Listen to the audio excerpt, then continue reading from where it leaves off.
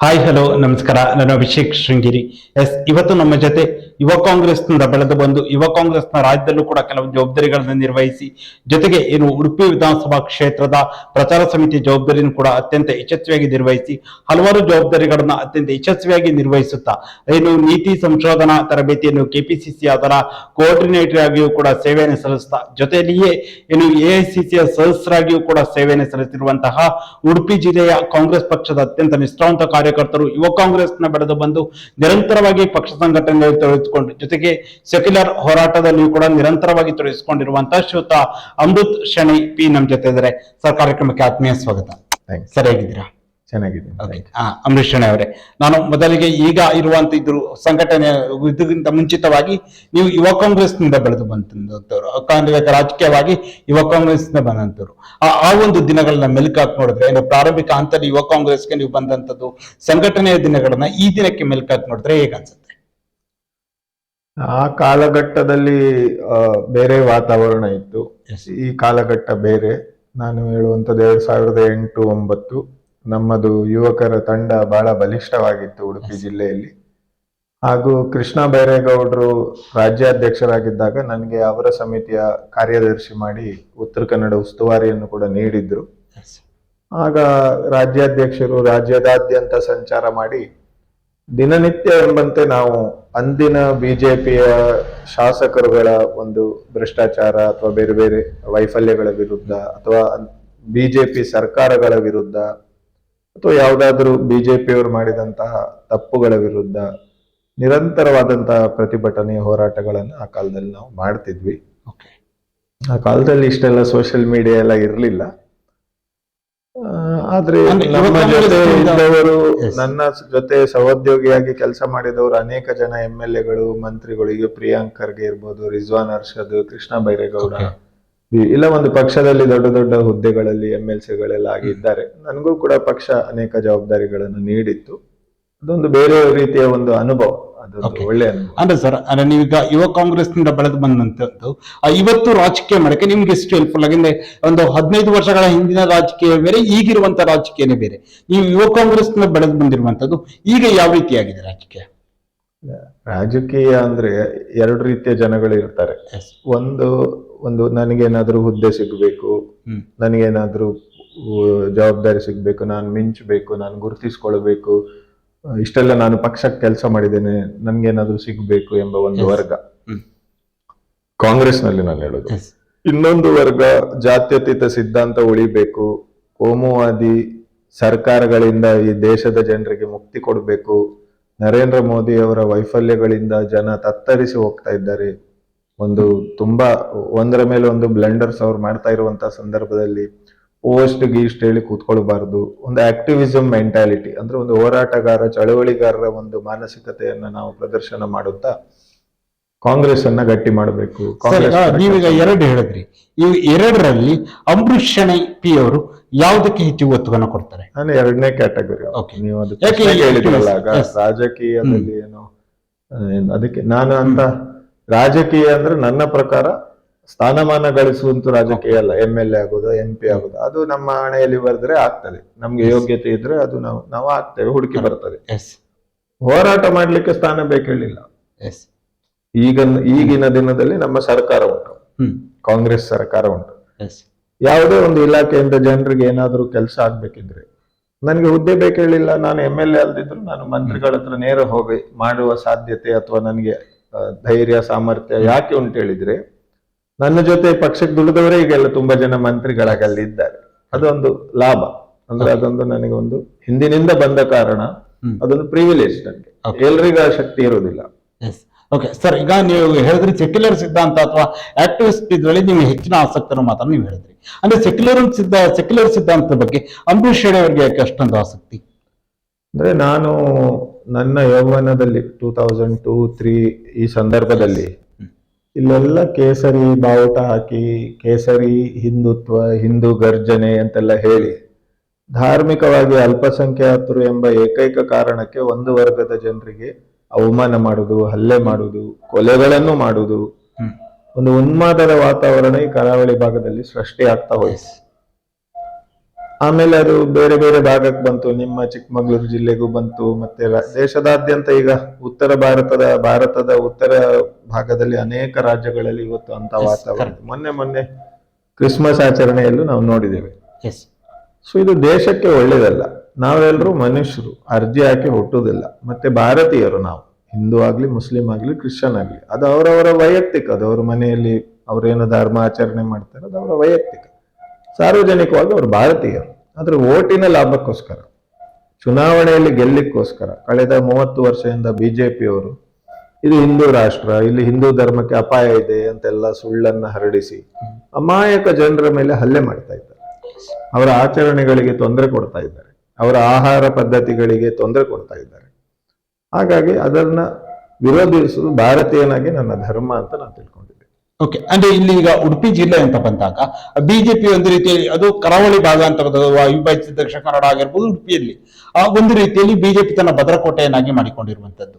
ಆ ಹಿಂದೆ ಕೂಡ ಚಿಕ್ಕಮಗಳೂರು ಮಲೆನಾಡು ಭಾಗದಲ್ಲಿತ್ತು. ಆದ್ರೆ ಮಲೆನಾಡು ಭಾಗದಲ್ಲಿ ಈಗ ಸಂಪೂರ್ಣವಾಗಿ ಈಗ ಕಾಂಗ್ರೆಸ್ ಈಗ 5-5 ಚಿಕ್ಕಮಗಳೂರು ವಿಧಾನಸಭಾ ಚಿಕ್ಕಮಗಳೂರು ಜಿಲ್ಲೆಯಲ್ಲಿ ಗೆಲುವನ್ನು ಕಂಡಿರುವಂತ. ಆದ್ರೆ ಚಿಕ್ಕಮಗಳೂರಲ್ಲಿ ಆಗಿರುವಂತದ್ದು ಉಡುಪಿ ಜಿಲ್ಲೆಯಲ್ಲಿ ಯಾಕೆ ಆಗ್ತಾ ಇಲ್ಲ? ಅಲ್ಲಿ ಚಿಕ್ಕಮಗಳೂರಿನಲ್ಲಿ ಮೊನ್ನೆ MP ಎಲೆಕ್ಷನ್ ಅಲ್ಲಿ ಮತ್ತೆ ಎಲ್ಲ ನಮ್ಗೆ ಮೈನಸೇ ಆಯ್ತು.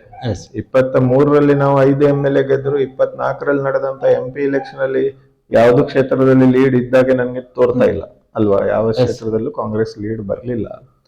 ಅಂದ್ರೆ ಮೂಲತಃ ಆ ಒಂದು MLA ಎಲೆಕ್ಷನ್ ಟೈಮ್ ಅಲ್ಲಿ ಅಲ್ಲಿ ಕ್ಯಾಂಡಿಡೇಟ್ಸ್ ಗಳ ಒಂದು ಬ್ಯಾಕ್ ಗ್ರೌಂಡ್ ಇರ್ಬೋದು, ಅಥವಾ ಆಂಟಿ ಇನ್ಕಂಬೆನ್ಸಿ ಹೇಳ್ತಾರೆ, CT ರವಿಯನ್ನು ಸೋಲಿಸಬೇಕು, ಇನ್ನು ಅವರು ರಾಜೇಗೌಡರು ಮಾಡಿದ ಕೆಲಸ ಇರ್ಬೋದು, ಬೇರೆ ಬೇರೆ ಫ್ಯಾಕ್ಟರ್ಸ್ ವರ್ಕ್ ಮಾಡಿರ್ಬೋದು. ಬಟ್ ಮೂಲತಃ ಚಿಕ್ಕಮಗಳೂರು ಜಿಲ್ಲೆಯಿಂದ ಕೋಮುವಾದ ಹೋಗಿದೆ ಅಂತ ತಿಳ್ಕೊಳ್ಬೇಡಿ. ಕೋಮುವಾದ ಅಲ್ಲೂ ಇದೆ, ಶಿವಮೊಗ್ಗದಲ್ಲೂ ಇದೆ, ಉಡುಪಿ, ದಕ್ಷಿಣ ಕನ್ನಡ, ಉತ್ತರ ಕನ್ನಡದಲ್ಲೂ ಇದೆ, ಕೊಡಗಿನಲ್ಲೂ ಇದೆ. ಬೇರೆ ಭಾಗದಲ್ಲಿ ಅಷ್ಟು ದೊಡ್ಡ ಪ್ರಮಾಣದಲ್ಲಿ ಇಲ್ಲ ಅಂತ ನಾನು ಎಣಿಸಿದ್ದೆ. ಬಟ್ ಮೊನ್ನೆ ಬೆಂಗಳೂರಿನ ಸೌಮ್ಯ ರೆಡ್ಡಿ ಸಿಕ್ಕಿದ್ರು, ಅವರು ಜಯನಗರದಲ್ಲೂ ಕೂಡ ಈ ಒಂದು ಆಧಾರದಲ್ಲಿ ಮತ ಚಲಾವಣೆ ಇತ್ತೀಚೆಗೆ ಶುರುವಾಗಿದೆ ಕಳೆದ 1 ದಶಕದಲ್ಲಿ ಹೇಳ್ತಾರೆ. ಈ ಕೋಮುವಾದ ಎಂಬುದು ಈ ದೇಶಕ್ಕೆ ಒಂದು ಕ್ಯಾನ್ಸರ್ ಇದ್ದಾಗಿ, ಅದನ್ನ ನಿವಾರಣೆ ಮಾಡ್ಲೇಬೇಕು ನಾವು. ಅಂದ್ರೆ ಬಿಜೆಪಿ ಹಿಂದುತ್ವ ಆಗಿರ್ಬೋದು ಅವರ ಸಿದ್ಧಾಂತಕ್ಕೆ ಕಾಂಗ್ರೆಸ್ ಹತ್ರ ಅದರ ಪ್ರತಿ ಅಸ್ತ್ರ ಅಥವಾ ಅದನ್ನ ವಿರುದ್ಧ ಮಾಡುವಂತ ಅಸ್ತ್ರವೇ ಇಲ್ಲ ಅಂತ ಹೇಳ್ತೀರಾ? ಬಿಜೆಪಿ ಅವರ ಹಿಂದುತ್ವ ಅಂತ ಏನ್ ಸಿದ್ಧಾಂತ ಹೇಳ್ತಾರಲ್ಲ, ಅದಕ್ಕೆ ಸರಿಯಾದ ತಲೆಬುಡ ಇಲ್ಲ, ಅದಕ್ಕೆ ಸ್ಪಷ್ಟವಾದ ವಿವರಣೆಯೂ ಅವ್ರ ಹತ್ರ ಇಲ್ಲ. ಈ ದೇಶದಲ್ಲಿರೋರು ಎಲ್ಲರೂ ಹಿಂದೂಗಳು ಹೇಳ್ತಾರೆ ಕೆಲವೊಮ್ಮೆ. ಹಾಗಾದ್ರೆ ಚರ್ಚಿನಲ್ಲಿ ಪ್ರೇಯರ್ ಮಾಡುವವರು, ಮಸೀದಿಯಲ್ಲಿ ಪ್ರೇಯರ್ ಮಾಡುವವರು ಹಿಂದೂಗಳ ಕೇಳಿದ್ರೆ ಅವ್ರಿಗೆ ಉತ್ತರ ಇರುವುದಿಲ್ಲ. ಅವರು ಈ ದೇಶದ ನಿವಾಸಿಗಳು ತಾನೇ. ಕೆಲವೊಮ್ಮೆ ಹೇಳ್ತಾರೆ Hinduism is not a religion, it is a life style ಹೇಳ್ತಾರೆ. ಕೆಲವೊಮ್ಮೆ ಹಿಂದೂ ಧರ್ಮಕ್ಕೋಸ್ಕರ ಗರ್ಜಿಸು, ಪ್ರಾಣತ್ಯಾಗ ಮಾಡು, ಏನೇನೋ ಹೇಳಿ ಯುವಕರ ತಲೆ ಹಾಳು ಮಾಡ್ತಾರೆ.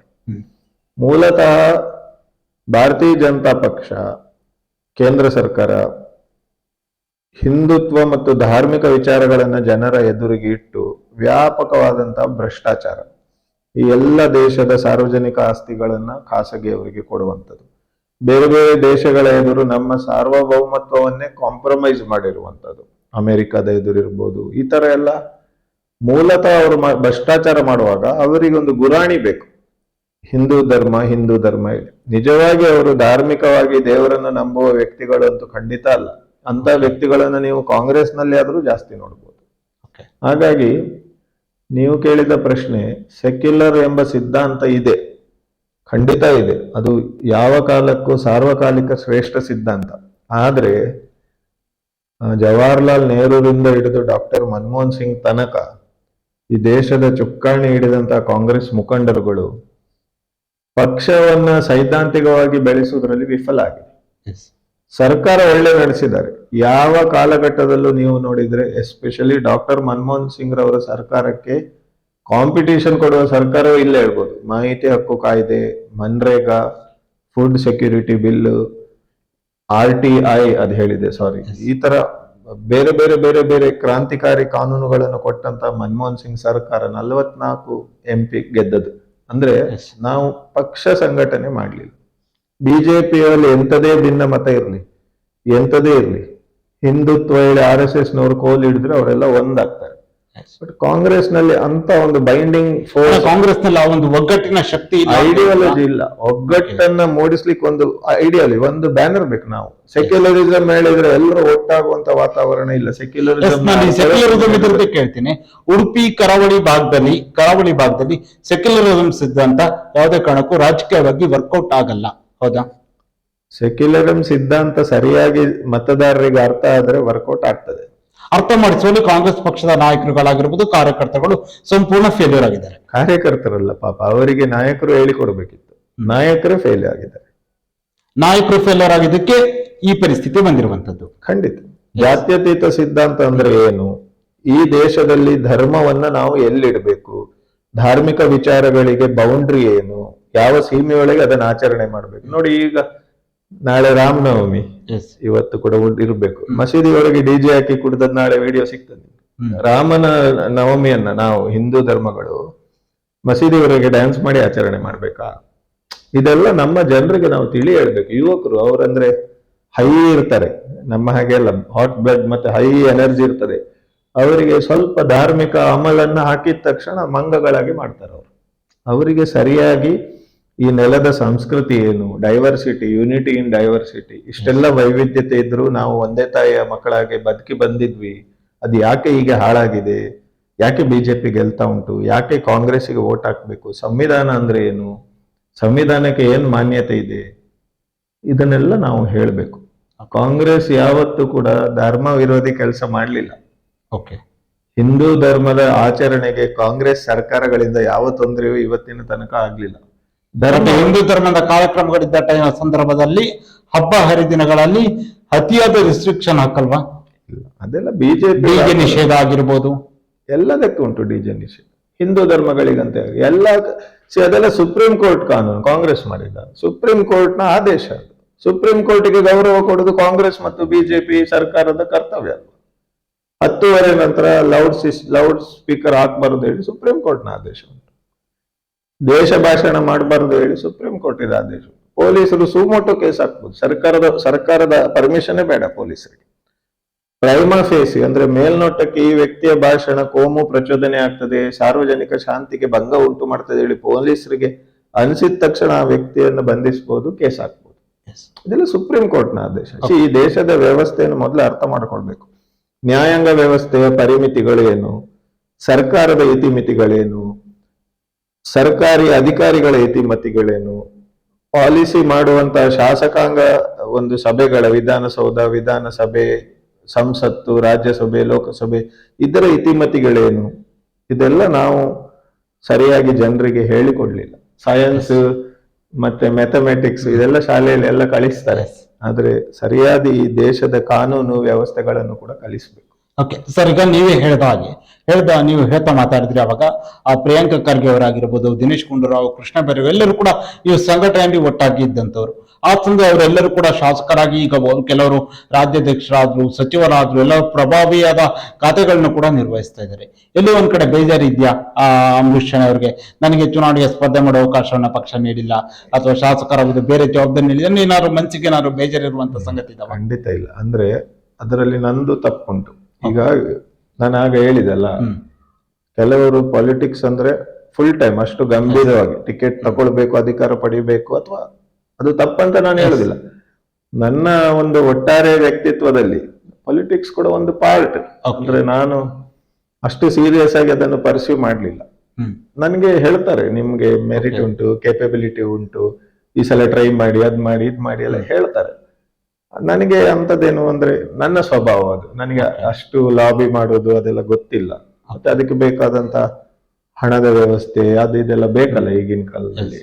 ಹಾಗಾಗಿ ನನಗೆ ಜನಪರ ಕೆಲಸ ಆದ್ರೆ ಆಯ್ತು. ನಾನು ರಾಜಕೀಯಗಿದ್ದದ್ದು. ಈಗ ನನಗೆ ದಿನಕ್ಕೆ 106 ಜನ ಫೋನ್ ಮಾಡ್ತಾರೆ, ಬರ್ತಾರೆ. ತಹಶೀಲ್ದಾರ್, ಪೊಲೀಸು, DC ಅಥವಾ ಯಾವುದೇ ಒಂದು ವಿಧಾನಸೌಧದಲ್ಲಿ ಮಂತ್ರಿಗಳ ಹತ್ರ ಫೈಲ್ ಪೆಂಡಿಂಗ್ ಉಂಟು, ಹೀಗುಂಟು, ನನ್ನಿಂದ ಆದಷ್ಟು ನಾನು ಕೆಲಸ ಮಾಡ್ತಾ ಇದ್ದೇನೆ. ಅದು ನಂಗೆ ಆತ್ಮತೃಪ್ತಿ. ಮತ್ತೊಂದು ಬಹಳ ದೊಡ್ಡ ವಿಷಯ ಹೇಳಿದ್ರೆ, ಈ ಕರಾವಳಿಯಲ್ಲಿ ಕಳೆದ 20 ವರ್ಷಗಳಿಂದ ಸಾಧಾರಣ ಈ ಕೋಮುವಾದಿ ಶಕ್ತಿಗಳ ವಿರುದ್ಧ ಅಥವಾ ಬಿಜೆಪಿ ಯಾರಾದ್ರೂ ನಾಯಕರು ಬಾಯಿಗೆ ಬಂದಾಗೆ ಕೋಮುವಾದಿ ಭಾಷಣ ಮಾಡೋದು, ಮಾತಾಡುವಾಗ ನಾನು ಅದರ ವಿರುದ್ಧ ಗಟ್ಟಿ ಧ್ವನಿಯನ್ನು ಎತ್ತುಕೊಂಡು ಬಂದಿದ್ದೇನೆ. ನಾನು ಹಾಗೆ ಬ್ರ್ಯಾಂಡ್ ಆಗಿದ್ದೀನಿ ಈ ಭಾಗದ. Okay. ನಂಗೆ ಎಲ್ಲೋದ್ರೂ ಹೇಳ್ತಾರೆ, ಎಲ್ಲ ಕಡೆ ವಿಶೇಷವಾಗಿ ಧಾರ್ಮಿಕ ಅಲ್ಪಸಂಖ್ಯಾತರೆಲ್ಲ ಹೇಳ್ತಾರೆ, ನೀವೊಂದು ಯಾವತ್ತು ನಮ್ಮ ಅಂದ್ರೆ ಅನ್ಯಾಯ ಆದಾಗ ಧ್ವನಿ ಎತ್ತುವುದ್ರಲ್ಲಿ ನೀವು ಮೊದಲು ಇರ್ತೀರಿ ಶೆಣೈರೆ ಅಂತ ಹೇಳ್ತಾರೆ. ಅದು ಆತ್ಮತೃಪ್ತಿ ಬಹುಶಃ ಯಾವುದೇ MLA ಗೂ ಹೇಳ್ತಾರೆ ಇಲ್ಲ ಗೊತ್ತಿಲ್ಲ, ನೀವು ನೋಡ್ತೀರಿ, ನಾನು ಕ್ರಿಟಿಸೈಸ್ ಮಾಡೋದಲ್ಲ. ಆ ಒಂದು ಅದೇ ಬಹುಶಃ ಇದು ಒಂದ್ ಕಡೆ ನೋಡಿದ್ರೆ ರಾಜಕೀಯವಾಗಿ ಕೆಲವೊಂದು ಸಂದರ್ಭದಲ್ಲಿ ಚುನಾವಣೆಗೆ ಸ್ಪರ್ಧೆ ಮಾಡುವುದಾಗಿ ಸಂಘಟನೆ ವಿಚಾರ ಅಂತ ಬಂದಾಗ ಅದನ್ನ ಒಂದ್ ಕಡೆ ಬ್ಯಾಲೆನ್ಸ್ ಮಾಡ್ತಾರೆ. ಈ ಸಿದ್ಧಾಂತಗಳ ವಿಚಾರದಲ್ಲೂ ಕೂಡ ಕೆಲವೊಂದ್ಸರಿ ಕಾಂಪ್ರಮೈಸ್ ಆಗ್ತಾರೆ. ಬಹುಶಃ ಅಂಬರೀಷ್ ಅವರು ಸಿದ್ಧಾಂತ ವಿಚಾರದಲ್ಲಿ ಕಾಂಪ್ರಮೈಸ್ ಆಗದೆ ಇರೋದೆ ಬಹುಶಃ ರಾಜಕೀಯವಾಗಿ ಇದು ಒಂದ್ ಕಡೆ ಹಿನ್ನಡೆ ಆಗಲು ಸಹ ಇದಾಯ್ತಾ? ಅದು ಈಗ ಇದು ಬಹಳ ಸೂಕ್ಷ್ಮ ವಿಚಾರ ನೀವು ಹೇಳಿರುವಂತದ್ದು. ಮೊನ್ನೆ ನಾನು ಒಂದು ಹಿರಿಯ ಮುಖಂಡರ ಹತ್ರ ಚರ್ಚೆ ಮಾಡುವಾಗ ಕೂಡ ಇದು ವಿಚಾರ ಬಂತು. ಈಗ ಈಗಿನ ಪರಿಸ್ಥಿತಿಯಲ್ಲಿ ನಮಗೆ ಬಿಜೆಪಿ ಬಹಳ ಸ್ಟ್ರಾಂಗ್ ಆಗಿ ಇಡೀ ದೇಶದಲ್ಲಿ ಬೆಳೆದಂತ ಪರಿಸ್ಥಿತಿಯಲ್ಲಿ ಕೆಲವೊಮ್ಮೆ ನಮ್ಗೆ ವಿನ್ನೆಬಿಲಿಟಿ ಇಸ್ ದ ಓನ್ಲಿ ಕ್ರೈಟೀರಿಯಾ, ಗೆಲುವೇ ಮಾನದಂಡ ಆಗುವಂತ ಸಂದರ್ಭದಲ್ಲಿ ಸೈದ್ಧಾಂತಿಕ ಬದ್ಧತೆಯನ್ನು ಕೂಡ ಅಂದ್ರೆ ಸೈದ್ಧಾಂತಿಕ ಬದ್ಧತೆಯನ್ನು ಜಾಸ್ತಿ ನೋಡಿದಾಗ ಗೆಲ್ಲುವ ಸಾಧ್ಯತೆ ಕಮ್ಮಿ ಇರುವಂತಹ ಸಂದರ್ಭದಲ್ಲಿ ಸೈದ್ಧಾಂತಿಕ ಬದ್ಧತೆ ಇದ್ದವರನ್ನ ಚುನಾವಣೆಗೆ ನಿಲ್ಲಿಸುವುದಕ್ಕಿಂತಲೂ ಚುನಾವಣೆಗೆ ಗೆಲ್ಲುವವರನ್ನು ನಿಲ್ಸೋದು ಇರ್ಲಿ, ಅವರೊಂದು ಕೆಲಸ ಮಾಡ್ಕೊಂಡು ಹೋಗ್ಲಿ. ಈ ನಾಮಿನೇಷನ್ಸ್ ಇರ್ತದಲ್ಲ, MLC, ರಾಜ್ಯಸಭೆ ಮತ್ತು ಬೋರ್ಡ್ ಎಲ್ಲ, ಅದಕ್ಕೆ ವೋಕಲ್ ಆಗಿ ಸೈದ್ಧಾಂತಿಕವಾಗಿ ಮಾತಾಡುವಂತ ನನ್ನಂತವರು ಅಂತವರಿಗೆ ಕೊಟ್ಟಾಗ ಅಲ್ಲಿ ಬ್ಯಾಲೆನ್ಸ್ ಆಗ್ತದೆ. ಈಗ ನಾನು ಅದೇ ಕೇಳ್ತಾ ಇದ್ದೇನೆ, ಆ ನಿರೀಕ್ಷೆ ಇದೆ ನಿಮ್ಗೆ? ಏನಾದ್ರೂ ಪಕ್ಷ ನೀಡಬಹುದು ನಿಮ್ಮ ಒಂದು ಸಿದ್ಧಾಂತಕ್ಕೆ, ನಿಮ್ಮ ಒಂದು ಸೈದ್ಧಾಂತಿಕ ನಿಲುವಿಗೆ? ಅಲ್ಲ ಸರ್, ನಾನು ಫಾರ್ ಎಕ್ಸಾಂಪಲ್ ನಿಮ್ಮನ್ನೇ ಕೇಳ್ತಾ ಇದ್ದೀನಿ. ಈಗ ಆ ಸೈದ್ಧಾಂತಿಕ ನಿಲುವಿಗೆ ಪಕ್ಷ ಎಲ್ಲಾರು ಒಂದ್ ಕಡೆ ಕಾಂಗ್ರೆಸ್ ಪಕ್ಷ ಸಿದ್ಧಾಂತಗಳಾಗಿರ್ಬೋದು, ನಿಮ್ಮ ಸಿದ್ಧಾಂತ ಎಲ್ಲವೂ ಕೂಡ ಒಂದೇ ಆಗಿರುವಾಗ ಪಕ್ಷ ನಿಮ್ಮನ್ನ ಗುರುತಿಸಿ ಮುಂದಿನ ದಿನಗಳಲ್ಲಿ ಅವಕಾಶ ಕೊಡುವ ನಿರೀಕ್ಷೆ ಇದೆಯಾ ನಿಮ್ಗೆ? ಕೊಡ್ಬೋದು. ನಾನು ಹೇಳ್ತಾ ಇರೋದು ನನಗಲ್ಲ, ಈ ವಿಚಾರವನ್ನ ನಾವೀಗ ಹೈಕಮಾಂಡಿಗೆ ತಿಳಿಸ್ತೇವೆ. ನನ್ನಂತ ಅನೇಕ ಜನ ಇದ್ದಾರಲ್ಲ, ಸೈದ್ಧಾಂತಿಕ ಬದ್ಧತೆ ಇರೋ ನಾನ್ ಮಾತ್ರನಾ ಮಾತಾಡೋ, ನಾನ್ ಮಾತ್ರ ಅಲ್ಲ, ತುಂಬಾ ಜನ ಇದ್ದಾರೆ. ನಾವು ಈ ಸಿದ್ಧಾಂತವನ್ನ ಹೈಕಮಾಂಡಿಗೆ ಮುಟ್ಟಿಸುವ ಪ್ರಯತ್ನ ಮಾಡ್ತೇವೆ. ಆಗ ಏನಾಗ್ತದಂದ್ರೆ, ಈಗ ಪ್ರಿಯಾಂಕ್ ಖರ್ಗೆ ಅವರು RSS ವಿರುದ್ಧ ಮಾತಾಡ್ತಾರೆ. ಮಾತಾಡಿದ ತಕ್ಷಣ ಅನೇಕ ಜನಪ್ರತಿನಿಧಿಗಳು ಕೂಡ ಗಟ್ಟಿ ಧ್ವನಿಯಲ್ಲಿ RSS ವಿರುದ್ಧ ಮಾತಾಡುವಂತ ಒಂದು ವಾತಾವರಣ ಸೃಷ್ಟಿ ಆಗ್ತದೆ. ಯಾಕಂದ್ರೆ ಅವರಿಗೆ ಒಂದು ಸೈದ್ಧಾಂತಿಕ ಬ್ಯಾಕ್ ಗ್ರೌಂಡ್ ಇರ್ತದೆ, ನಾಲೆಜ್ ಇರ್ತದೆ, ವಿಷಯ ಇರ್ತದೆ. ಈಗ ನನಗೆ RSS ಯಾಕೆ ಈ ದೇಶಕ್ಕೆ ಒಳ್ಳೇದಲ್ಲ, ಬಿಜೆಪಿ ಯಾಕೆ ಈ ದೇಶಕ್ಕೆ ಒಳ್ಳೇದಲ್ಲ ಹೇಳಿ ನನ್ನ ಎದುರು ನೀವು ಮಾತಾಡಿದ್ರೆ ಯಾರೂ ತಿರಸ್ಕರಿಸಲಿಕ್ಕೆ ಸಾಧ್ಯ ಆಗದಂತ 100 ಕಾರಣವನ್ನು ನಾನು ಹೇಳಬಲ್ಲೆ. ಹಾಗೆ ಎಲ್ಲ MLA-ಗಳಿಗೆ MP-ಗಳಿಗೆ ಹೇಳಲಿಕ್ಕೆ ಸಾಧ್ಯ ಇರುವುದಿಲ್ಲ. ಹಾಗೆ ಹೇಳಲಿಕ್ಕೆ ಸಾಧ್ಯ ಇರೋ ಜನಗಳು ತುಂಬಾ ಇದ್ದಾರೆ ನನ್ನ ಹಾಗೆ. ನಾನು ನೇರವಾಗಿ ನಾನು ನೇರವಾಗಿ ಹೇಳ್ತೇನೆ, ಅಂಬರೀಷ್ ಅವರು RSS ನ ಕಟು ವಿರೋಧಿ. ಸೈದ್ಧಾಂತಿಕವಾಗಿ ಖಂಡಿತ RSS ನ ಎಷ್ಟೊಂದು ವೈಷಮ್ಯ ಯಾಕೆ? ಅವರ ಸಿದ್ಧಾಂತವೇ ಡೋಂಗಿ ಅಲ್ವಾ? ನಾನು ಹೇಳಿದೆಲ್ಲ ಆಗ, ಅವರ ಹತ್ರ ಅವರ ಏನು ಹಿಂದುತ್ವ ಅಂತ ಹೇಳ್ತಾರಲ್ಲ, ಅದಕ್ಕೆ ಸ್ಪಷ್ಟವಾದ ವಿವರಣೆ ಅವರ ಹತ್ರ ಇಲ್ಲ. ಅವರು ಹಿಂದೂ ಧರ್ಮದ ಪ್ರತಿನಿಧಿಗಳಾಗಿ ಮಾತಾಡ್ತಾರೆ. ಈಗ ಉಡುಪಿಯ ಪ್ರತಿನಿಧಿಯಾಗಿ ಯಶ್ಪಾಲ್ ಸುವರ್ಣ ವಿಧಾನಸೌಧದಲ್ಲಿ ಮಾತಾಡ್ತಾರೆ. ಅವರು ಅಧಿಕೃತವಾಗಿ ಉಡುಪಿಯಿಂದ ಶಾಸಕ ಆಗಿ ಗೆದ್ದವರು. ಹಿಂದೂ ಧರ್ಮದ ಬಗ್ಗೆ, ಹಿಂದೂ ಧರ್ಮದ ವಿಷಯಗಳ ಬಗ್ಗೆ, ಅದು ಪ್ಲಸ್ ಇರ್ಬೋದು ಮೈನಸ್ ಇರ್ಬೋದು, ಅದರ ಪ್ರತಿನಿಧಿಯಾಗಿ RSS ನವರು ಮಾತಾಡ್ಲಿಕ್ಕೆ ಈ ಭೂಮಿ ಮೇಲೆ ಇರುವ ಒಂದು 100 ಕೋಟಿ ಹಿಂದೂಗಳು ಕಾಂಟ್ರಾಕ್ಟ್ ಕೊಟ್ರೆ ಮಾತಾಡ್ಬೋದು. ಯಶ್ಪಾಲನ್ ಈಗ ಗೆಲ್ಸಿದಾರಲ್ಲ ಇಲೆಕ್ಷನ್ ಅಲ್ಲಿ, ಅಂತ ಕಾಂಟ್ರಾಕ್ಟ್ ಇದೆ ಮೋಹನ್ ಭಾಗವತ್ ಹತ್ರ. ಅವರು ಹಿಂದೂ ಧರ್ಮದ ಒಳಗಿರುವ ಒಂದು ಸಣ್ಣ ಪಂಗಡದ ಪ್ರತಿನಿಧಿ. ಅವರು ಧಾರ್ಮಿಕ ಗುರುಗಳು ಕೂಡ ಅಲ್ಲ. ಮತ್ತೆ ನಮ್ಮ ಹಿಂದೂ ಧರ್ಮದ ಒಂದು ವೈಶಿಷ್ಟ್ಯತೆ ಏನ್ ಹೇಳಿದ್ರೆ, ಇದು ತುಂಬಾ ಲಿಬರಲ್. ಇಲ್ಲಿ ಅನೇಕ ಧಾರ್ಮಿಕ ಗುರುಗಳಿದ್ದಾರೆ. ಈ ಉಡುಪಿಯಲ್ಲೇ ಏನಿಲ್ಲ 100 ಸ್ವಾಮೀಜಿಗಳಿದ್ದಾರೆ ಇಲ್ಲಿ. ಅವರು ಎಲ್ಲರನ್ನು ಪ್ರತಿನಿಧಿಸುವುದಿಲ್ಲ. ಒಂದೊಂದು ಸ್ವಾಮೀಜಿಯವರು ಒಂದೊಂದು ಜಾತಿಯನ್ನು ಪ್ರತಿನಿಧಿಸ್ತಾರೆ. ಹಾಗಿರುವಾಗ RSS ನವರಿಗೆ ಸಮಸ್ತ ಹಿಂದೂ ಧರ್ಮದ ಕಾಂಟ್ರಾಕ್ಟರ್ ತರ ಅವರು ಮಾತಾಡಿದಾಗ ಮಾತಾಡ್ಲಿ, ಬೇಸರ ಇಲ್ಲ. ಹಿಂದೂ ಧರ್ಮದೊಳಗೆ ಅಸ್ಪೃಶ್ಯತೆ ಇದೆ, ಬಾಲ್ಯ ವಿವಾಹ ಇದೆ, ಇನ್ನೂ ಅನೇಕ ಅನಿಷ್ಟ ಪದ್ಧತಿಗಳಿದೆ, ಅದ್ರ ಬಗ್ಗೆ ಮಾತಾಡ್ಲಿ. ಅವರು ಹಿಂದೂ ಧರ್ಮದ ಒಂದು ಬಗ್ಗೆ ಮಾತಾಡ್ಲಿಕ್ಕೆ ಹೋದ್ರೆ ಅವರು ಮೇಜರ್ ಆಗಿ ಮಾತಾಡೋದು ಕ್ರಿಶ್ಚಿಯನ್ ಮತ್ತು ಮುಸ್ಲಿಮರ ಬಗ್ಗೆ, ಇಲ್ಲ ಕಾಂಗ್ರೆಸ್ನ ಸೋನಿಯಾ ಗಾಂಧಿ ಬಗ್ಗೆ, ಡೈರೆಕ್ಟ್ಲಿ ಅವರು ಇಂಡೈರೆಕ್ಟ್ಲಿ. ಹೀಗಿರುವಾಗ ಅವರು ಢೋಂಗಿ ಮಾಡ್ತಾ ಇದ್ದಾರೆ, ದೇಶಕ್ಕೆ ಮತ್ತು ಸಮಾಜಕ್ಕೆ ಮೋಸ ಮಾಡ್ತಾ ಇದ್ದಾರೆ ಹೇಳಿ ನನ್ನ ಸ್ಪಷ್ಟ ಅಭಿಪ್ರಾಯ. ಓಕೆ ಸರ್, ಈಗ ರಾಹುಲ್ ಗಾಂಧಿ ಅವರು ರಾಷ್ಟ್ರೀಯ ಏನು ಎಐಸಿಸಿಯ ರಾಷ್ಟ್ರೀಯ ಅಧ್ಯಕ್ಷ ಆದ ಸಂದರ್ಭದಲ್ಲಿ ಕೂಡ ನೀವು ಎಐಸಿಸಿಯ ಸದಸ್ಯರಾಗಿ ಸೇವೆ ಸಲ್ಲಿಸುವ ಒಂದು ಅವಕಾಶ ಕೂಡ ನಿಮ್ಗೆ ಒದಗಿ ಬರುತ್ತೆ. ಆ ಎಐಸಿಸಿಯ ಸದಸ್ಯರಾಗಿ ಆ ಸಂದರ್ಭದಲ್ಲಿ ಹೇಗೆ ಸರ್ ನಿಮ್ಮೊಂದು ಕಾರ್ಯಚಟುವಟಿಕೆ, ನಿಮ್ಮೊಂದು ಸರ್ವಿಸ್ ಯಾವ ರೀತಿಯಾಗಿತ್ತು? ಇಲ್ಲ, ನನಗೆ ವಿಶೇಷವಾಗಿ ಪಕ್ಷ ನಾನು ಒಂದು ಒರೇಟರ್, ಅಂದ್ರೆ ಚರ್ಚೆಗಳಲ್ಲಿ ಮತ್ತು ಭಾಷಣ ಸಾರ್ವಜನಿಕವಾಗಿ ಮಾತಾಡ್ತೇನೆ ಹೇಳಿ ನನಗೆ ವಿಶೇಷವಾಗಿ ಆ ಸಂದರ್ಭದಲ್ಲಿ ಕೆಪಿಸಿಸಿಯಿಂದ ನನಗೆ ರಾಜ್ಯದಾದ್ಯಂತ ಅನೇಕ ಟ್ರೈನಿಂಗ್ ಕ್ಯಾಂಪ್ಗಳಲ್ಲಿ ರಿಸೋರ್ಸ್ ಪರ್ಸನ್ ಆಗಿ ಬಳಸಿಕೊಂಡಿದ್ದಾರೆ. ಮತ್ತು ಚುನಾವಣೆ ಸಂದರ್ಭದಲ್ಲಿ ಸಾರ್ವಜನಿಕ ಭಾಷಣಗಳು, ಚುನಾವಣೆ ಇಲ್ಲದ ಸಂದರ್ಭದಲ್ಲಿ ಕೂಡ ಇವತ್ತಿಗೂ ನಿಮ್ಮ ಚಿಕ್ಕಮಗಳೂರು ಜಿಲ್ಲೆಯಲ್ಲಿ ನಾನು ಭಾಷಣ ಮಾಡದ ರಸ್ತೆಗಳೇ ಇಲ್ಲ. ಹಾಗೆ ಸುಧೀರ್ ಮುರಳಿ ಎಲ್ಲ ಅಷ್ಟು ಪ್ರಚಾರದಲ್ಲಿ ಇರ್ಲಿಲ್ಲ. 2010, 11, 12, 13 ರಾಜೇಗೌಡರಿಗೋಸ್ಕರ, ಆಮೇಲೆ ನಿಮ್ಮ ಶ್ರೀನಿವಾಸ್ ನಿಂತಿದ್ರು ತರೀಕೆರೆಯಲ್ಲಿ, ಅವರಿಗೋಸ್ಕರ ಮೋಟಮ್ಮವೇ ನಿಂತಿದ್ರು ಮೂಡಿಗೆರೆಯಲ್ಲಿ, ಅವರಿಗೋಸ್ಕರ. ಇನ್ನೊಂದು ಯಾವ ಕ್ಷೇತ್ರ ಬಿಟ್ಟೆ ನಾನು? ಕಡೂರು, ನಮ್ಮ ಚಿಕ್ಕಮಗಳೂರು, ಉಡುಪಿ. ಈ ತರ ಅಲ್ಲೆಲ್ಲ ನಾನು ಓಡಾಡಿದ್ದೀನಿ ಎಐಸಿಸಿ ಸದಸ್ಯ ಆಗಿ, ಜಯಪ್ರಕಾಶ್ ಹೆಗಡೆಯ ಪರ, ಇಲ್ಲ ಅಲ್ಲಿಯ MLA ಕ್ಯಾಂಡಿಡೇಟ್ಸ್ ಗಳ ಪರ. ಸೊ ನನ್ನನ್ನು ಪಕ್ಷ, ನನ್ಗೆ ದೇವರು ಕೊಟ್ಟ ಸ್ಕಿಲ್ಸ್ ಏನ್ ಹೇಳಿದ್ರೆ ಪಬ್ಲಿಕ್ ಸ್ಪೀಕಿಂಗ್, ಅದನ್ನು ಸಮರ್ಥವಾಗಿ ಪಕ್ಷ ಬಳಸಿಕೊಂಡಿದೆ. ಪಕ್ಷ ಬಳಸ್ಕೊಂಡಿದೆ ನಿಮ್ನ. ಆದ್ರೆ ಪಕ್ಷ ನಿಮಗೆ ಬೇರೆ ಏನು ಕೂಡ ಸರ್ಕಾರ ಬಂದ ಸಂದರ್ಭದಲ್ಲಿ ಆಗಿರ್ಬೋದು, ಚುನಾವಣೆಗೆ ನಿಲ್ಲುವ ಅವಕಾಶ ಪಕ್ಷ ನಿಮ್ಗೆ ನೀಡಿಲ್ಲ. ಅದರದ್ದು ಹಿಂದೆ ನಾನು ಹೋಗ್ಲಿಲ್ಲಲ್ಲ, ಮುಂದೆ ನೀಡ್ಬೋದು, ಯಾರಿಗೂ. ನಾನು ಇನ್ನು ಅಲ್ಲ, ರಾಜಕೀಯದಲ್ಲಿ ಕೆರಿಯರ್, ಬಟ್ ಈಗಿನ ಪ್ರೆಸೆಂಟ್ ಕೇಳೋದಾದ್ರೆ ನಿಮ್ಗೆ ಇದುವರೆಗೂ ಯಾಕೆ ಪಕ್ಷ ಇದು ಒಂದ್ ಕಡೆ ನೀವು ನೆಗ್ಲೆಕ್ಟ್ ಮಾಡ್ತು ಅಂತ ಲಾಬಿ ಮಾಡ್ಲಿಲ್ಲ ಅಲ್ಲ? ಕೆಲವು ಸಂದರ್ಭ ಲಾಬಿ ಮಾಡಿದ್ರೆ ಮಾತ್ರ ಅಧಿಕಾರ ಸಿಗೋದಾ?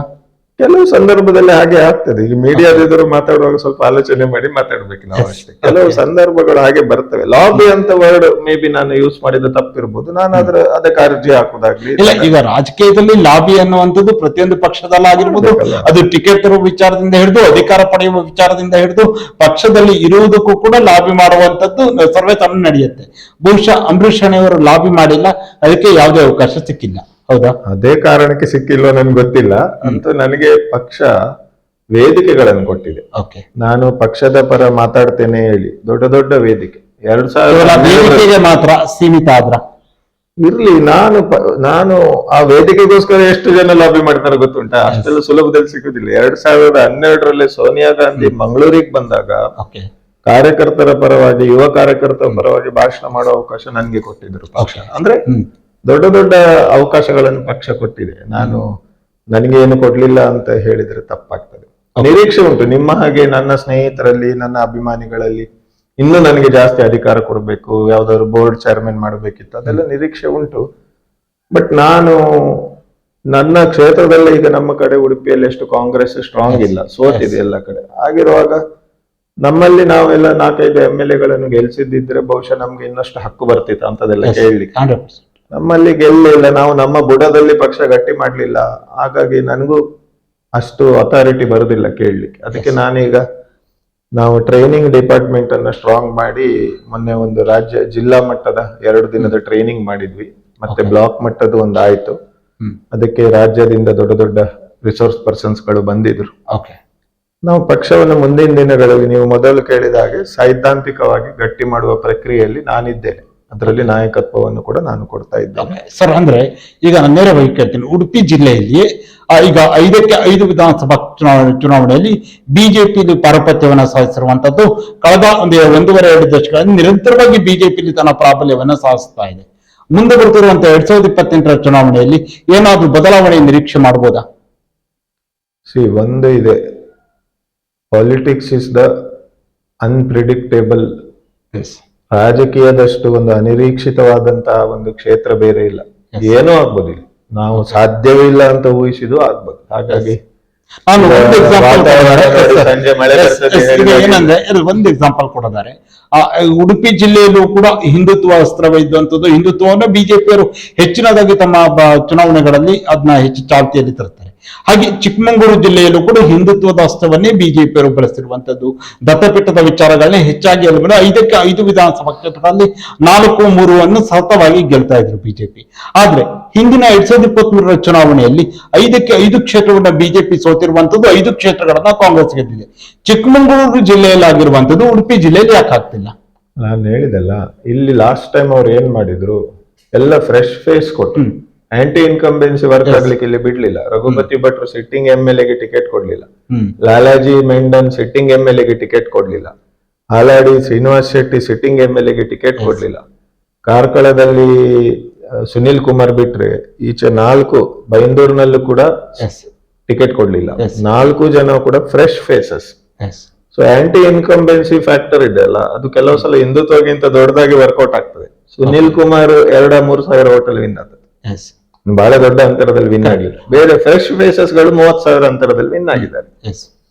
ಅಂದ್ರೆ ಚಿಕ್ಕಮಗಳೂರಿನಲ್ಲಿ ಅಂತ ಪ್ರಯೋಗ ಮಾಡಿದ್ದಿದ್ರೆ ಬಹುಶಃ ಬಿಜೆಪಿ ಗೆಲ್ತಿತ್ತು, ಗೊತ್ತಿಲ್ಲ ನನಗೆ. ಅಂದ್ರೆ ನಾನು ಕಾಂಗ್ರೆಸ್ನ ನಾಯಕರುಗಳು ಕೂಡ ಫ್ರೆಶ್ ಫೇಸ್ ಬಂದಿದೆ. ನಯನ ಮೋಟಮ್ಮ ನನ್ನ ಗುಡ್ ಫ್ರೆಂಡ್, ನನಗೆ ಗೊತ್ತಿತ್ತು ಅವ್ರು ವಿನ್ ಆಗ್ತಾರೆ, ಯಾಕಂದ್ರೆ ಅವರು ಕಾಂಗ್ರೆಸ್ ಕೂಡ ಅಲ್ಲಿ ಶೃಂಗೇರಿ ವಿಧಾನಸಭಾ ಕ್ಷೇತ್ರವನ್ನು ಹೊರತುಪಡಿಸಿದ್ರೆ ಬಹುತೇಕ ಶೃಂಗೇರಿ ತರೀಕೆರೆ ಹೊರತುಪಡಿಸಿದ್ರೆ ಚಿಕ್ಕಮಗಳೂರು ಜಿಲ್ಲೆಯಲ್ಲಿ ತಮ್ಮಯ್ಯ ಅವರು ಹೊಸ ಮುಖವಾಗಿ ಬರ್ತಾರೆ, ಕಡೂರಿನಲ್ಲಿ ಆನಂದರು ಹೊಸ ಬರ್ತಾರೆ, ನಯನಮೋಟಮ್ ಅವರು ಬರ್ತಾರೆ, ಬಹುಶಃ ಅಲ್ಲಿ ಗೆಲುವನ್ನ ಕಾಣ್ತಾರೆ. ಬಂದಿದೆ ಅಲ್ಲ, ಅದೇ ಫ್ರೆಶ್ ಫೇಸಸ್ ಗಳಿಗೆ ಸಾಮಾನ್ಯವಾಗಿ ಗೆಲುವು ಸಿಗ್ತದೆ. ಮತ್ತೆ ಬಿಜೆಪಿಯಲ್ಲಿ ಹಳೆ ಮುಖವಿತ್ತು, ಇಲ್ಲಿ 2 ಫ್ರೆಶ್ ಫೇಸ್ ಅಲ್ಲ.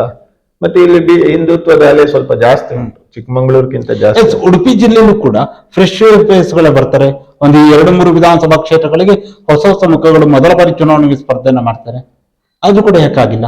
ಏನ್ ಮಾಡುದು, ನಾನು ಹೇಳಿದಲ್ಲ, ಚುನಾವಣೆಯಲ್ಲಿ ನಾವು ಇದೇ ಕಾರಣಕ್ಕೆ ಸೋಲ್ತು, ನಮ್ಮ ಹತ್ರ ಮತದಾರರು ಬಂದು ಬಾಯಿ ಬಿಡ್ತಾರ, ಇದೆಲ್ಲ ನಮ್ಮ ಊಹೆಗಳು ಅಷ್ಟೇ. ನಾವು ಎಣಿಸುದಂದ್ರೆ ನಮ್ಮ ಅನುಭವದ ಮೇಲೆ ನಾವು ಇಂತಿಂತ ಕಾರಣಕ್ಕೆ ಗೆದ್ದಿರ್ಬೋದು, ಇಂತಿಂತ ಕಾರಣಕ್ಕೆ ಸೋತಿರ್ಬೋದು ಅಂತ ಹೇಳ್ಬೋದು. ಅದು ಬಿಟ್ರೆ ನಮ್ಗೆ ನಿರ್ದಿಷ್ಟವಾಗಿ ಇಂಥದೇ ಕಾರಣ ಅಂತ ಹೇಳಿಕ್ ಬರುದಿಲ್ಲ. ನಿರೀಕ್ಷೆ ಇದೆ ಸರ್ ಮುಂದಿನ ದಿನಗಳಲ್ಲಿ ಮತ್ತೊಮ್ಮೆ ಉಡುಪಿ, ಯಾಕಂದ್ರೆ ಒಂದು ಕಾಲದಲ್ಲಿ ಉಡುಪಿ ಕ್ಷೇತ್ರ ಕರಾವಳಿ ಭಾಗವನ್ನು ಕಾಂಗ್ರೆಸ್ ಭದ್ರಕೋಟೆಯನ್ನಾಗಿ ಮಾಡ್ಕೊಂಡಿತ್ತು. ಮುಂದಿನ ದಿನಗಳಲ್ಲಿ ಪುನಃ ಕಾಂಗ್ರೆಸ್ ಇಲ್ಲಿ ಗೆಲ್ಲುವ ವಿಶ್ವಾಸ ಇದೆಯಾ? ಖಂಡಿತ. ಈಗ AICC ಅವರು ಒಂದು ಅಭಿಯಾನ ಮಾಡ್ತಾ ಇದ್ದಾರೆ ಎಲ್ಲ ರಾಜ್ಯಗಳಲ್ಲಿ. ಸ್ವತಃ ಅವರೇ ಬಂದು ಜಿಲ್ಲಾ ಕಾಂಗ್ರೆಸ್ ಅಧ್ಯಕ್ಷರ ಆಯ್ಕೆ ಮಾಡ್ತಾ ಇದ್ದಾರೆ.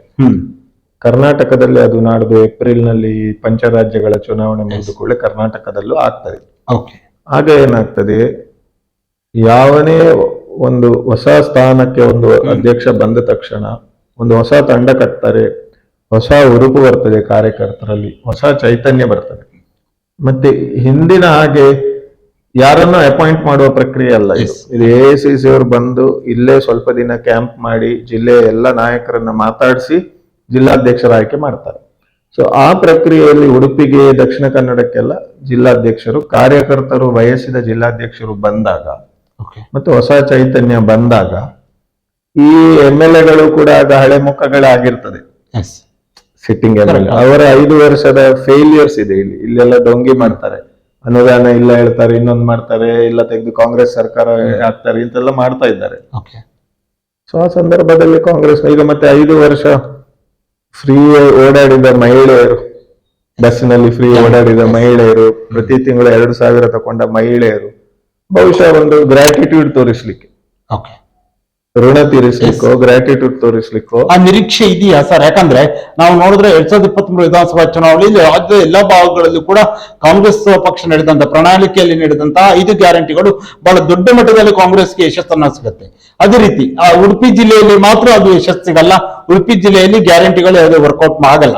ಆದ್ರೆ ಈಗ 5 ಗ್ಯಾರಂಟಿಗಳು ಕೂಡ ಈಗ ಚಾಲ್ತಿಯಾಗಿರುವಂತದ್ದು, ಯಶಸ್ವಿಯಾಗಿ ಈಗ ಜಾರಿಗೆ ಬಂದಿರುವಂತದ್ದು, ಇದು 2028 ವಿಧಾನಸಭೆ ಚುನಾವಣೆಯಲ್ಲಿ ಪ್ರಭಾವ ಬೀರಿ ಕಾಂಗ್ರೆಸ್ಗೆ ಅದು ಮತವಾಗಿ ಪರಿವರ್ತನೆ ಆಗುತ್ತೆ ಅಂತ ಅನ್ಸುತ್ತಾ? ಖಂಡಿತ. ಅದು 2024 ಶಾರ್ಟ್ ಪೀರಿಯಡ್, ಎಲ್ಲ ಯೋಜನೆಗಳು ಅಷ್ಟು ಟೇಕ್ ಆಫ್ ಆಗಿರ್ಲಿಲ್ಲ. ಮತ್ತೆ ಈ ಗ್ರಾಮೀಣ ಭಾಗದ ಮತ್ತು ಈ ಮಾಸಸ್ ಅಂತ ನಾವು ಹೇಳ್ತೇವೆ, ಅಷ್ಟು ಪೊಲಿಟಿಕಲ್ ಅವೇರ್ನೆಸ್ ಇರುವುದಿಲ್ಲ. ಒಬ್ಬ ಬಿಜೆಪಿ ಹೆಂಗಸು ಬಸ್ ನಲ್ಲಿ ಕೂತ್ಕೊಂಡು ಫ್ರೀ ಟಿಕೆಟ್ ಕೊಡೋದು ಮೋದಿ ಅಂತ ಹೇಳಿದ್ರೆ ನಂಬ್ತಾರೆ. ಸೊ ಈಗ 4 ವರ್ಷ ಆದಾಗ ಅವರಿಗೆ ಒಂದು ಅವೇರ್ನೆಸ್ ಬರ್ತದೆ, ಬೇರೆ ಬೇರೆ ಮಾಧ್ಯಮದಲ್ಲಿ, ಬೇರೆ ಬೇರೆ ಕಾರ್ಯಕ್ರಮದಲ್ಲಿ ನೋಡಿ ಇದು ಸಿದ್ದರಾಮಯ್ಯ ಸರ್ಕಾರ ನಮ್ಗೆ ಕೊಟ್ಟಿರುವಂತದ್ದು ಹೇಳಿ.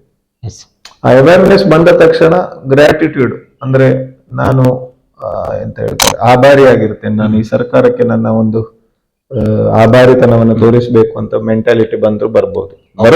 ನಾನು ಅದೇ ಹೇಳ್ತಾ ಇದ್ದೇನೆ. ನನ್ಗೆ ಕೂಡ ಪಾಲಿಟಿಕ್ಸ್ ಅಲ್ಲಿ ಈಗ ನೀವು ಹೇಳ್ತೀರಿ ಕರಾವಳಿ ಬಿಜೆಪಿ ಭದ್ರಕೋಟೆ ಹೇಳ್ತೀರಿ. ಇವತ್ತು ನಾವಿದ್ದೇವೆ 2026ರಲ್ಲಿ. 2013 MLA ಚುನಾವಣೆಯಲ್ಲಿ ಉಡುಪಿಯಲ್ಲಿ 3 MLA 5ರಲ್ಲಿ, ಮಂಗಳೂರಲ್ಲಿ 8ರಲ್ಲಿ 7 MLA ಕಾಂಗ್ರೆಸ್ ಗೆದ್ದಿ ಅಲ್ವಾ? ಹೌದು. 2013ರಿಂದ 2026 ತನಕ 13ರಲ್ಲಿ ಇದ್ದಂತ ಒಂದು 5ರಿಂದ 10% ಮತದಾರರು ತೀರಿ ಹೋಗಿರ್ಬೋದು. ಅದಕ್ಕಿಂತ ದೊಡ್ಡ ಪ್ರಮಾಣದಲ್ಲಿ ಇಲ್ಲಿ ಭೂಕಂಪ ಆಗ್ಲಿ ಸುನಾಮಿ ಏನು ಬಂದು ಎಲ್ಲರೂ ಸಾಯ್ಲಿಲ್ಲ. ಕರೆಕ್ಟ್. ಸೊ ಅದೇ ಮತದಾರರು 14ರಲ್ಲಿ ಮೋದಿ ಓಟ್ ಹಾಕಿದ್ರು. ಅದೇ ಮತದಾರರು 23 ಬಿಜೆಪಿ 24 ವೇರಿಯೇಷನ್ಸ್ ಇದೆ. ಅಶೋಕ್ ರೈ ಗೆದ್ದಿದ್ದಾರೆ. ಇಲ್ಲಿ ಮುನಿಯಲ್ ಶೆಟ್ರು ಸ್ವಲ್ಪ ಮತದಲ್ಲಿ ಸೋತದ್ದು.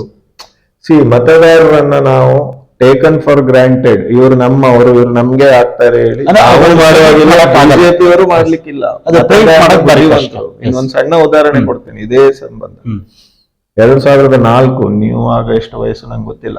2004ರಲ್ಲಿ 7 ವರ್ಷ ನೀವು ತೊಟ್ಲಿಂದ ಇದ್ದು ಶಾಲೆಗೆ ಹೋದ ಮಾತ್ರ. ಇಡೀ ಪ್ರಪಂಚದ ಎಲ್ಲಾ ರಾಜಕೀಯ ವಿಶ್ಲೇಷಕರು ವಾಜಪೇಯಿಯನ್ನ ಮುಕ್ತ ಕಂಠದಿಂದ ಹೊಗಳುತ್ತಾ 2004ರಲ್ಲಿ ಇಂಡಿಯಾ ವಾಜಪೇಯಿ ಬರ್ತಾರೆ ಅಂತ ಹೇಳಿದ್ರು. ಅಡ್ವಾಣಿ ಮತ್ತೆ ವಾಜಪೇಯಿ. ಮೋದಿ ಮತ್ತೆ ಅಮಿತ್ ಶಾಕ್ಕಿಂತ ತುಂಬಾ ಬೆಟರ್ ಇದ್ರು ಅವರಿಬ್ರು. ಮತ್ತೆ ಸೋನಿಯಾ ಗಾಂಧಿಯ ನೇತೃತ್ವದ UPA ಬರುದೇ ಇಲ್ಲ ಹೇಳಿ ಅವರಿಗೆ ವಿದೇಶಿ ಮಹಿಳೆ ಹೇಳಿ ಹೀಯಾಳಿಸಿ ಆ ಸುಷ್ಮಾ ಸ್ವರಾಜ್ ಅಂತ ತಲೆ ಬೋಳಿಸ್ತೇನೆ ಹೇಳಿದ್ರು. ಬಟ್ ಇಡೀ ದೇಶದ ಜನ ವಾಜಪೇಯಿಗೆ ಓಟ್ ಹಾಕದೆ ಸೋನಿಯಾ ಗಾಂಧಿಯನ್ನು ಗೆಲ್ಸಿದ್ರು. ಅಂದ್ರೆ ವೋಟರ್ಸ್ ಆರ್ ವೆರಿ ವೈಸ್. ಮತದಾರರು ಬಹಳ ಪ್ರಬುದ್ಧರಿದ್ದಾರೆ. ನಮ್ಮ ಹಾಗೆ ಪಚ ಇಡೀ ದಿನ ಮಾತಾಡುದಿಲ್ಲ, ನಿಮ್ಮ ಹಾಗೆಯೂ ಮಾತಾಡುದಿಲ್ಲ. ನೀವು ಮಾತಾಡಿಸಿದ್ರು ಮಾತಾಡುದಿಲ್ಲ. ಬಟ್ ವೋಟ್ ಎಲ್ಲಿಗೆ ಒತ್ತಬೇಕು, ಯಾವಾಗ ಒತ್ತಬೇಕು, ಯಾರಿಗೆ ಒತ್ತಬೇಕು ಹೇಳಿ ಪ್ರಬುದ್ಧತೆ ಮತದಾರರಿಗಿದೆ. ಆ ವಿಶ್ವಾಸದಲ್ಲಿ ನಾನು ಮಾತಾಡ್ತೀನಿ. ಮೋದಿ ಶಾಶ್ವತ, ಬಿಜೆಪಿಯೇ ಶಾಶ್ವತ, ಇನ್ನು ಕರಾವಳಿಯಲ್ಲಿ 20 ವರ್ಷ ಬಿಜೆಪಿಯೇ ಬರುವುದು ಹೇಳಿ ಬಹಳಷ್ಟು ಜನ ಮಾತಾಡ್ತಾರೆ. ಖಂಡಿತ ಇಲ್ಲಿ ಯಾರು ಶಾಶ್ವತ ಅಲ್ಲ. ಬದಲಾವಣೆಗಳು ಸಹಜವಾಗಿ ಮಾಡೇ ಮಾಡ್ತಾರೆ. ಜನ ಪ್ರಬುದ್ಧರಿದ್ದಾರೆ, ಜನ ಎಜುಕೇಟೆಡ್ ಇದ್ದಾರೆ, ವಿದ್ಯಾವಂತರಿದ್ದಾರೆ. ಮತ್ತೆ ಈಗ ಮೀಡಿಯಾದ ರೀಚ್ ಮೊಬೈಲ್ ಇಂದ ಮನೆ ಮನೆಗೆ ತಲುಪಿದೆ.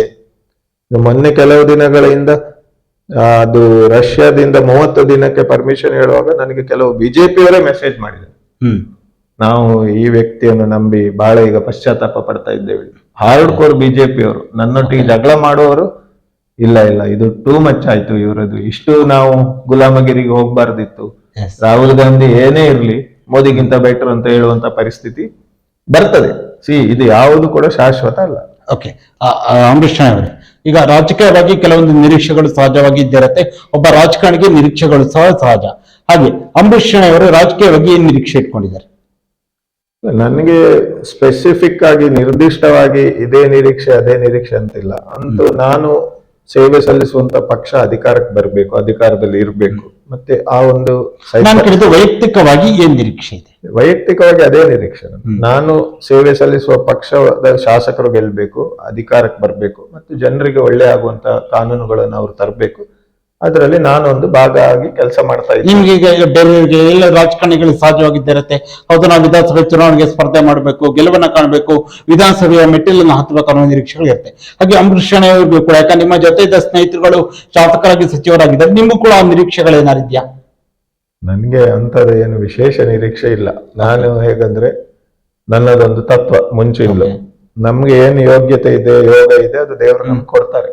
ನಾವಾಗಿ ಅದರ ಹಿಂದೆ ತುಂಬಾ ಹೋಗಿ ಅದು ಸಿಗದೇ ಇದ್ದಾಗ ನಿರಾಸೆಗೊಳಗಾಗುದು, ಅದೆಲ್ಲ ನನಗೆ ಬೇಡ. ನನ್ನ ರಾಜಕೀಯವಾಗಿ ಯಾವತ್ತಾರ ಹೌದು ಬೇಡಪ್ಪ ಇದು ನನಗೆ ತುಂಬಾ ನಿರಾಸೆ ಆಯ್ತು ಅನ್ನುವ ನೋವೇನಾದ್ರೂ ಇದೆಯಾ? ಖಂಡಿತ ಇಲ್ಲ. ನನಗೆ ಬಹಳ ಖುಷಿ ಇದು. ಇಲ್ಲಾಂದ್ರೆ ನನ್ನ ಹತ್ರ ಬಂದು ನೀವು ಇಂಟರ್ವ್ಯೂ ಮಾಡ್ತೀರಾ? ರಾಜಕೀಯದಲ್ಲಿ ಇರ್ಲಿಕ್ಕೆ ರಾಜಕೀಯದಲ್ಲಿ ಸಕ್ಸಸ್ ಆದವ್ರದ್ದು ಮಾಡ್ತಾರೆ, ಅಥವಾ ರಾಜಕೀಯದಲ್ಲಿ ಏನಾದ್ರು ಫೇಲ್ಯೂರ್ ಆಗಿ ಅಥವಾ ಏನಾದ್ರು ಅವಕಾಶ ಸಿಗ್ತಾ ಇದ್ದಾಗ ಅವ್ರ ಮನಸ್ಸಲ್ಲಿರೋ ವಿಚಾರಗಳನ್ನು ತೆಗೆಯೋದಕ್ಕೂ ಕೂಡ ಇಂಟರ್ವ್ಯೂಗಳನ್ನ ಮಾಡ್ತಾರೆ. ಏನಾದ್ರು ಮಾಡ್ತಿರೋದು. ನಾನು ರಾಜಕೀಯ ಬಿಟ್ಟಿದ್ದಿದ್ರೆ ಯಾರು ಬರುದಿಲ್ಲ ಅಲ್ಲ. ರಾಜಕೀಯ ಬಿಟ್ಟಿದ್ದಾರೆ ಅಂತ ಕೂಡ ಕೇಳ್ತಾರೆ, ಆಮೇಲೆ ಯಾರು ಬರ್ತಾರೆ. ರಾಜಕೀಯದಲ್ಲಿ ನಾನು ಸಕ್ರಿಯವಾಗಿ ಕಾಂಗ್ರೆಸ್ ಪಕ್ಷದ ಪರ ಮಾತಾಡ್ತಾ ಇದ್ದೇನೆ ಹೇಳಿ ಇವತ್ತಿಗೂ ನನಗೆ ಟಿವಿ ಅವರು ಕರೀತಾರೆ, ನ್ಯಾಷನಲ್ ಟಿವಿಯಲ್ಲಿ ಕುತ್ಕೊಳಿಸ್ತಾರೆ, ಇಲ್ಲೇ ಮಂಗಳೂರು ಅಲ್ಲಿ ಇಲ್ಲಿ ಎಲ್ಲ ಸ್ಪೀಚ್ ಮಾಡ್ಲಿಕ್ಕೆ ಕರೀತಾರೆ, ಇಲ್ಲ ಟ್ರೈನಿಂಗ್ ಸೆಷನ್ ಅಲ್ಲಿ ರಿಸೋರ್ಸ್ ಪರ್ಸನ್ ಆಗಿ ಕರೀತಾರೆ, ಪ್ರೊಟೆಸ್ಟ್ ಗಳಲ್ಲಿ ಬಿಜೆಪಿಗೆ ಟೀಕೆ ಮಾಡ್ಲಿಕ್ಕೆ, ಮೋದಿ ವೈಫಲ್ಯವನ್ನ ಜನರ ಮುಂದೆ ಇಡ್ಲಿಕ್ಕೂ ಕರೀತಾರೆ. ಅದು ನನ್ಗೆ ಆತ್ಮತೃಪ್ತಿ ಕೊಡ್ತದೆ.